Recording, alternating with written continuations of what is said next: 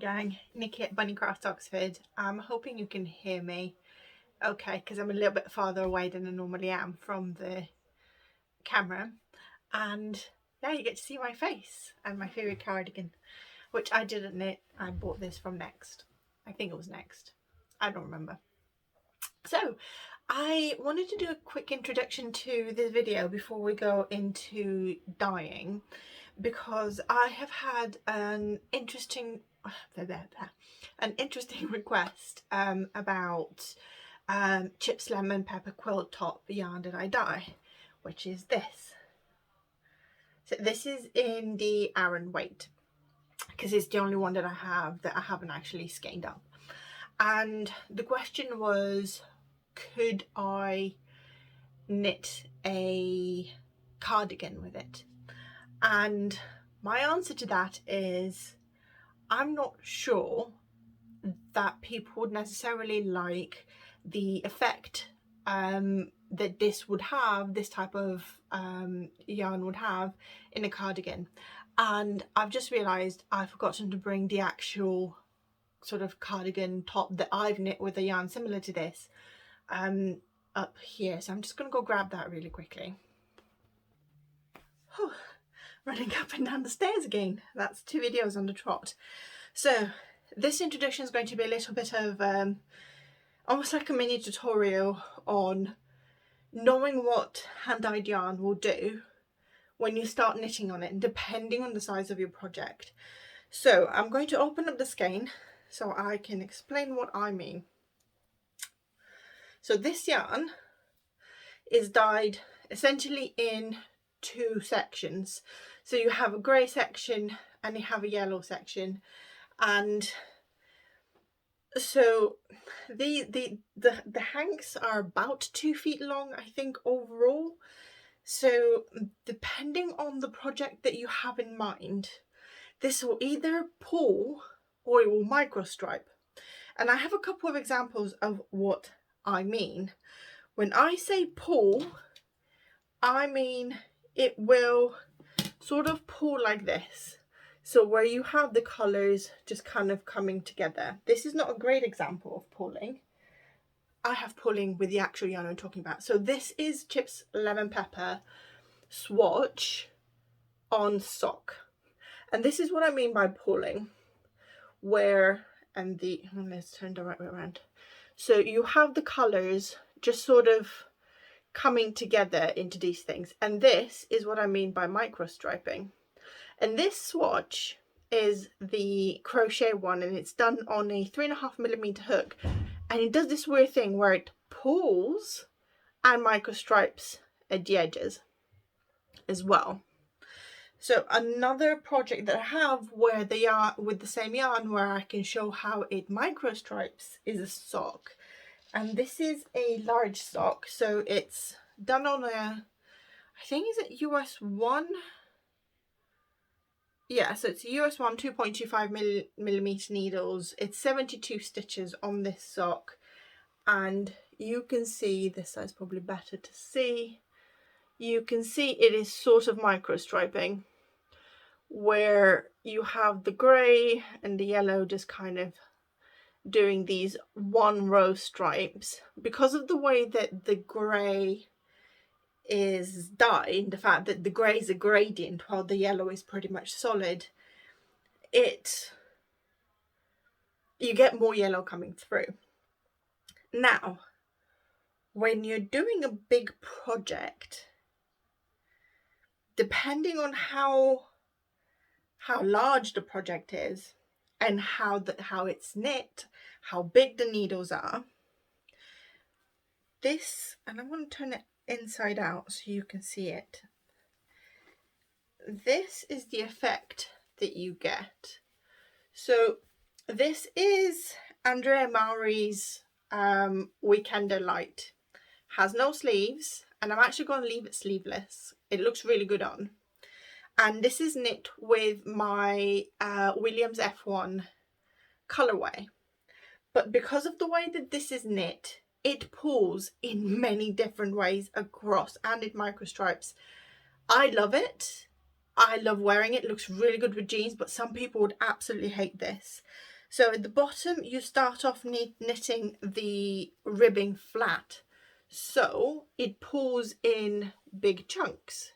You can see you've got these big chunks of the blue and the white with the yellow. Then you join the back and the front of the ribbing, which is different lengths, and you start knitting it around. You use a different size needle for the ribbing versus the body, and you're using a different technique, and you're using a different stitch. So instantly what this did was start micro striping. So can you see it just micro stripes?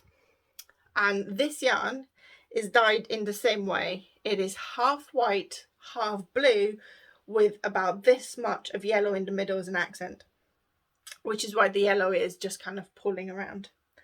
However, when you get up to the sleeve separation, you start knitting flat again. So halfway through micro striping, we started pulling again. So now I have a garment which has micro stripes in the middle and then pulls and pulls at the top. And because I've used different skeins from the front and the back, the pulls are different as well. So why is this important? The person who asked, can I knit a cardigan with Chip's lemon pepper quilt top? They would like the same colours, but they wouldn't necessarily want that effect. And I think it may be quite limiting to what you can wear this with. I can wear this with jeans. I mean, I don't ever wear white trousers because I spill everything. So I can wear it with jeans. I don't think I could probably wear it with the black skirt, but I couldn't wear it with most of my skirts because most of my skirts are similar sort of psychedelic colours to what you see behind me. So how can we get a yarn to show all the beautiful colours but be okay for knitting something like this that you can wear, that it doesn't do anything funky in things? And I think this is when either shorter sections of colour along the hank would be useful, or just completely random.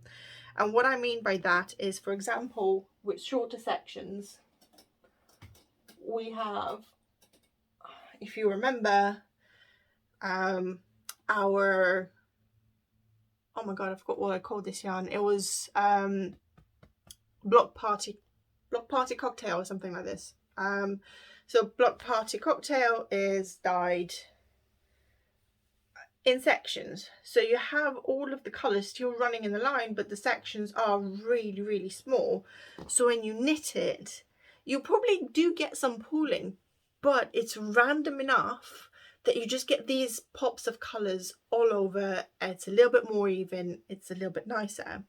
Similar thing happens with Triton's Daughters up here. If you remember Triton's Daughters, well, you would have watched me swatch the swatch video, which eventually ended up Triton's Daughters. So Triton's Daughters, a little bit more random, but the colours still sort of run, you know, they are found in just kind of one place. And again, you get on a swatch, you get quite a random little swatch, right? They can still sort of pull, and this is what I mean by pull. So you kind of get these funky stripes. So this is the same skein that did this swatch, did this sock, and sort of striped. So I don't really know how the yarn does that, but I have knit enough with my hand-dyed yarn to know that if I want a skein to knit in a particular way, or if I want a colourway to be more a sock colourway versus a cardigan colourway, I can do different things with it. So I think Chip's Lemon Pepper It's perfect for small projects. It's great for hats, it's great for socks. You get a lovely effect. I mean, the sock that I'm knitting, again, I'll show you quickly. It's so pretty. You get that, just, it's predominantly the yellow and it's great. So why am I banging on about this and explaining? I can't speak today.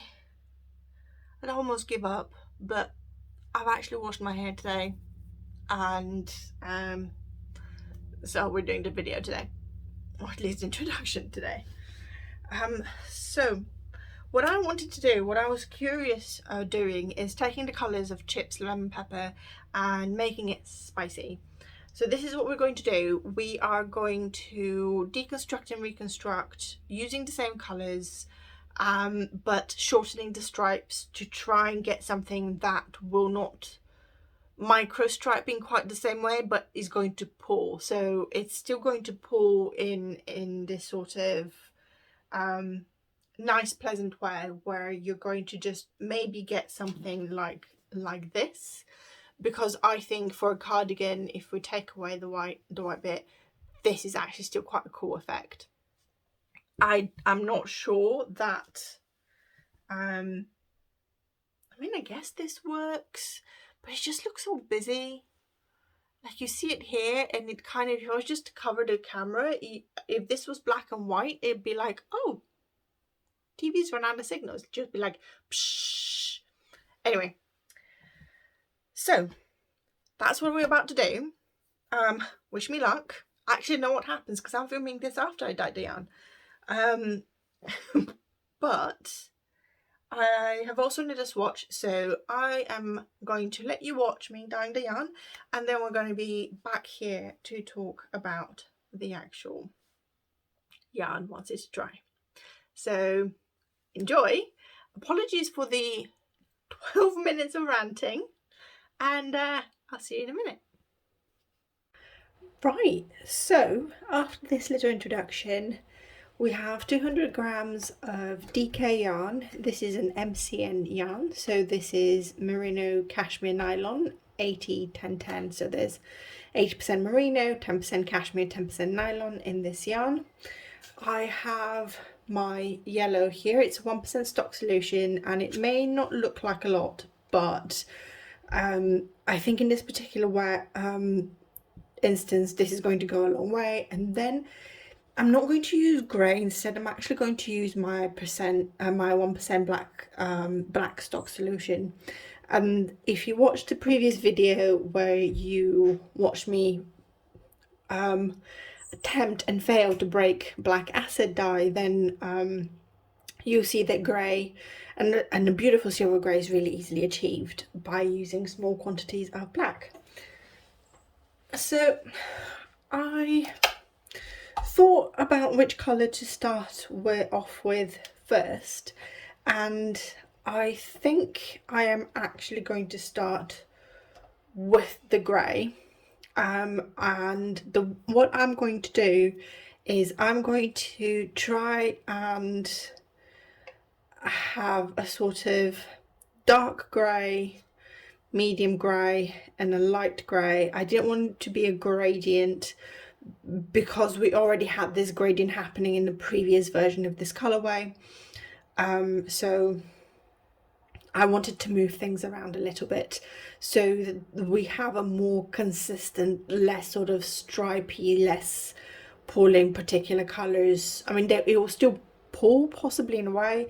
I'm not quite sure, but we'll find out. But yeah, I wanted to mix it up enough that it's not as visible and you get a bit more of a consistent knit. That's the idea behind it anyway. So I'm going to put 200 milliliters of water in here.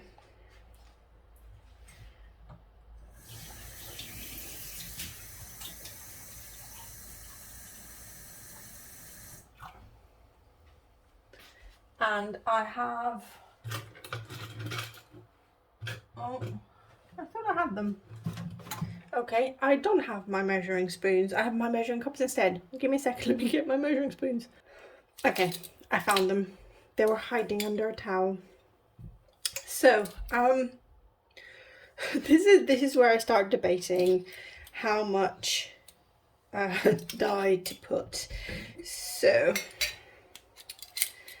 I am going to start with 7.5 milliliters of 1% stock solution into 200 milliliters of water. So I've put the dye in here. I'm just going to give it a bit of a stir. And I'm actually going to go and grab a little bit of tissue and see. Sorry about all the different tinkling. It's kind of inevitable at this point. Tissue. Oh, my hair is in my face as well, even though I've got it clipped up. I don't understand.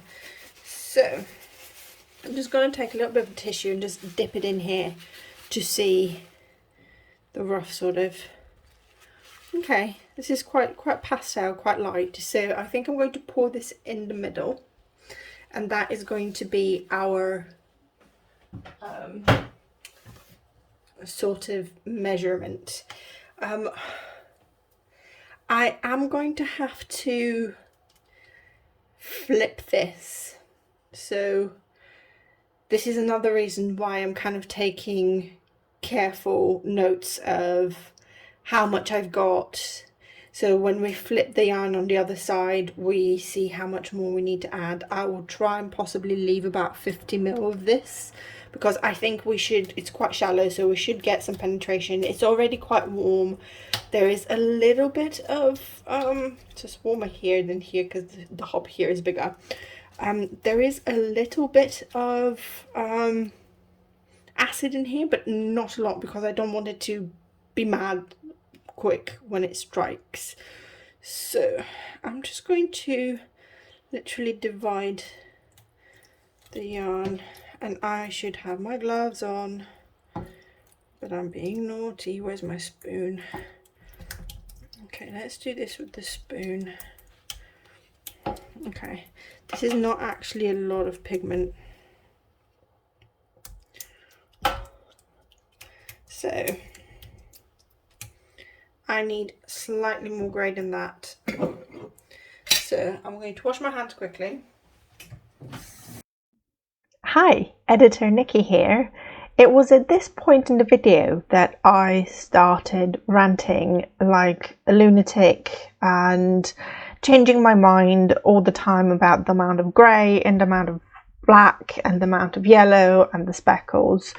So I thought I would come and intervene and save you from my ravings.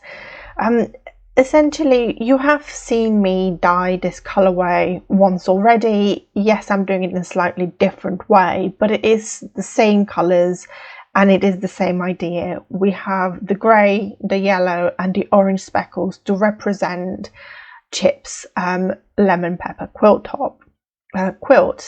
So what I thought is best is for me to speed this up and just leave you to enjoy me pouring colour and just throwing colour in the pan on top of the yarn.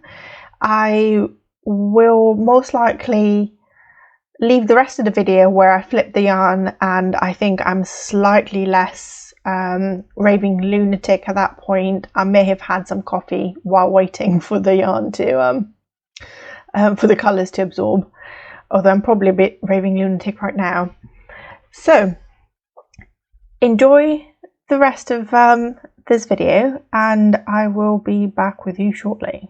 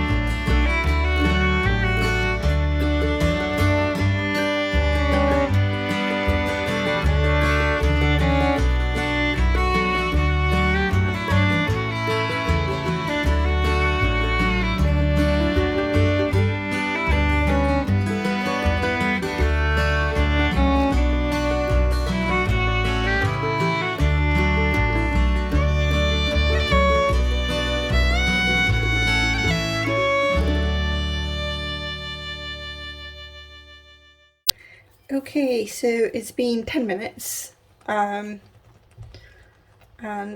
it looks like most of the colour is absorbed. There's maybe a little bit of yellow here.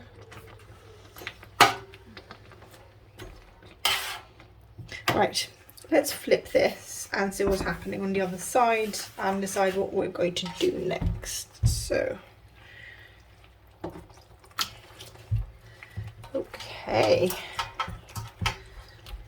Let's make sure. So we've had some colour penetration, especially with the yellow, and the orange does penetrate, even on the other yarn. So, okay, there's a bit of a twist in this. That's fine. We can work with that. Just need to make sure the other side is properly exposed and that the colours are roughly aligned to how they are. Oh, pardon me, knocking the camera over, which you all know is my MO, modus operandi. So you get a lot more orange coming through, which is going to change the yellow, but that's okay. So I'm going to use a little bit of this grey black, just to kind of colour the black on this side, the grey areas, but I'm not actually going to go as heavy. So I'm just using what was left over from the last one, just to bring a bit more black, or grey. I know I keep getting confused because I am using black to do this colour, but it is grey that we're working with. And again, I don't mind that we get tonality. I'm going to use this up. I'm not going to mix it with water. I'm just going to use up what I have here and then decide whether I need to mix any more. Yeah, I'm going to need to mix more. I was so hopeful. I don't know why I thought that a bit of yellow was going to be enough. But, you know, optimism. I think I might still need a little bit more grey as well. But, okay, let me go and mix some of this. I'm going to pause it. I'm going to put my respirator mask on and mix a load of dye. Right, so I've mixed my 1% solution in here. And I've actually put 3 tablespoons of the 1% solution in 250 milliliters of water. So I'm going to just pour it little by little, starting here and using my spoon to manipulate it.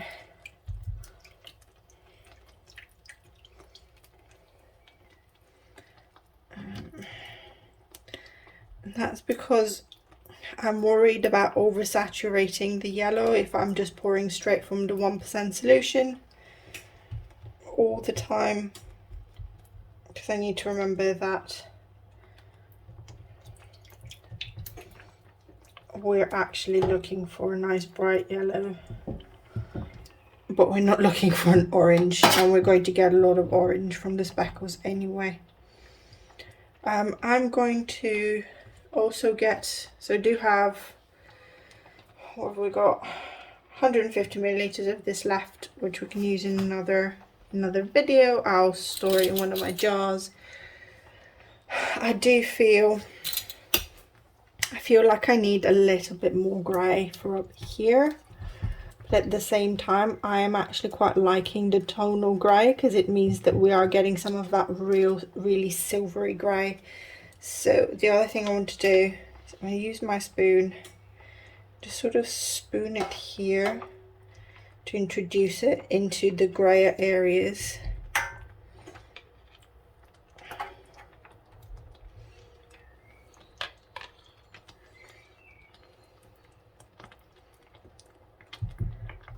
I love a good spoon. Just going to do a little bit over here. Okay, I think I think I'm happy with that again, because we're about to do speckle with the orange as well. That's going to further intensify the yellow as well.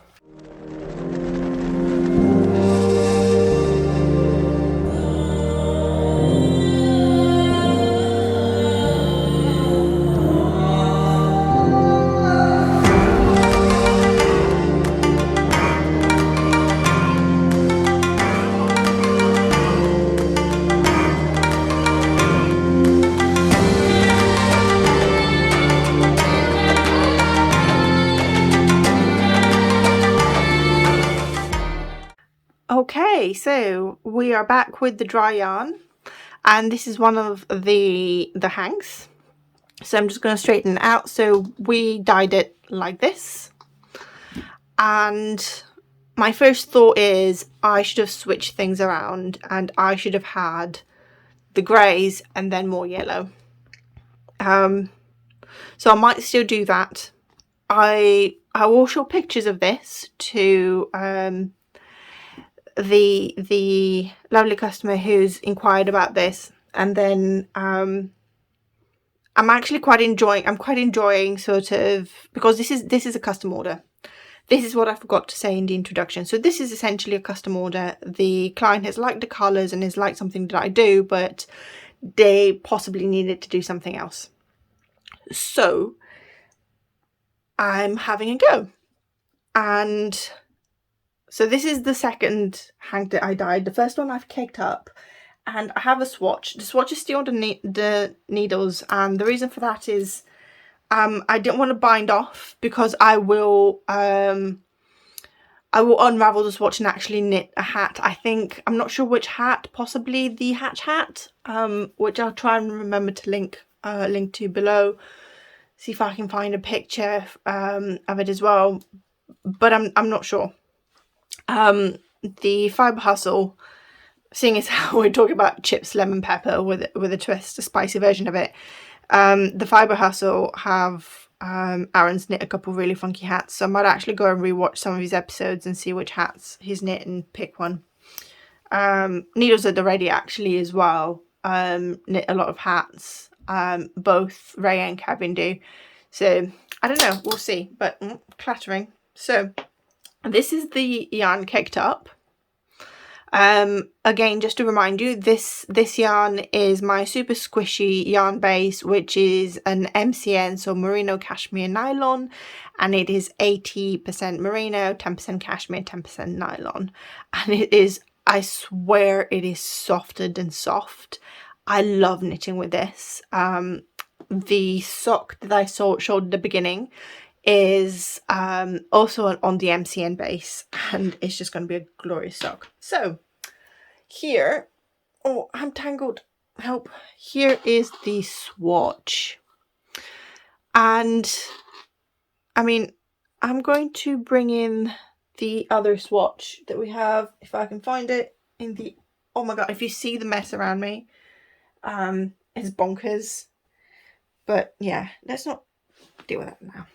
So here are the two swatches, and because we're talking about knitting, I know that it's different yarn base. This is DK, this is sock, this is done on a 4.5mm needle, this is done on a 3 or 3.5mm, I don't remember anymore. But I think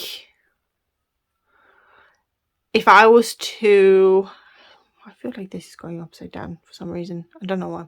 If I was to knit a cardigan, I would much prefer this effect than this effect.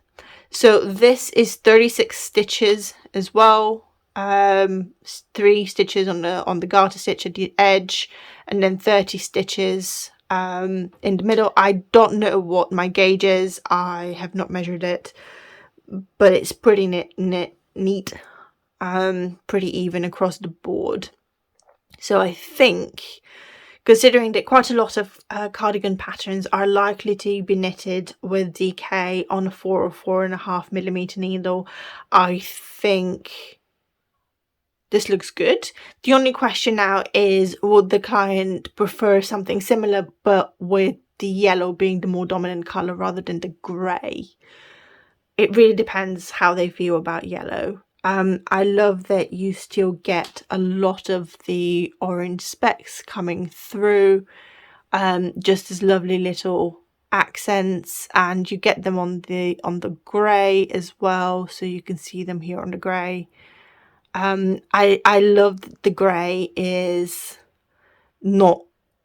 tonal, so it's not a semi-solid, and I love that the yellow is tonal as well, not a semi-solid, so you have very, very sort of almost butter yellow to this very, very bright sunny yellow, and then you have these places where the two have sort of mixed, so you get a warm yellowy grey. I really like this. I hope they like it as well. If I have to reverse it, then I will reverse it. I don't think I would. I might do a small video update to let you know, but yeah, this is the final effect. So let's twist the skein. I have a lot of thoughts happening in my head right now. So I don't really. It's almost like I don't know how to feel about this. Because I absolutely love these colours, and the Grello is the 2021 colour of the year by Pantone, so the grey and yellow combinations. So here you've got your twisted skein. It's a little bit messy on the other side, so let's leave it this way. Yeah, let me know in the comments below. I would be, you lot can be quite quiet. Apart from saying lovely things about how much you enjoy the videos, I don't really hear a lot of your opinions, and I would absolutely love to. I take constructive criticism incredibly well, and if you do have anything that would be helpful, that you think I should try, that you think I did wrong as well, or you would have done differently, I genuinely would like to hear about it. So do pop it in the comments below. I would really, really like to know what you think about this and what you think about my thought process of trying to take something that microstripes into something that will, I'm sorry for the camera knocking, that will pull in a way that would make larger garments easier to knit and look less psychedelic. But yeah, thank you again for joining me and for sticking through a long introduction and probably quite a long video at this point, knowing my videos. And thank you for your support. Thank you so much for all the absolutely wonderful comments and about enjoying the videos and appreciating my mildly chaotic, slightly batty nature, because I don't plan to change at all. And yeah, just thank you for being a wonderful community. And if you're new to the community, thank you so much for joining me. Do give this video a thumbs up, because it really, really helps share it with people that may not see it otherwise. If you haven't subscribed yet, do hit the subscribe button. Don't forget the notification bell so that you know when new videos come out. And if you do enjoy this content and you want to help me make more content, then in the links below in the description, you will be able to find a link to the shop, so you can buy some of my yarn, or you can go and buy me a cup of coffee as well. So thank you again all for joining me, and I'll see you next week. Bye bye.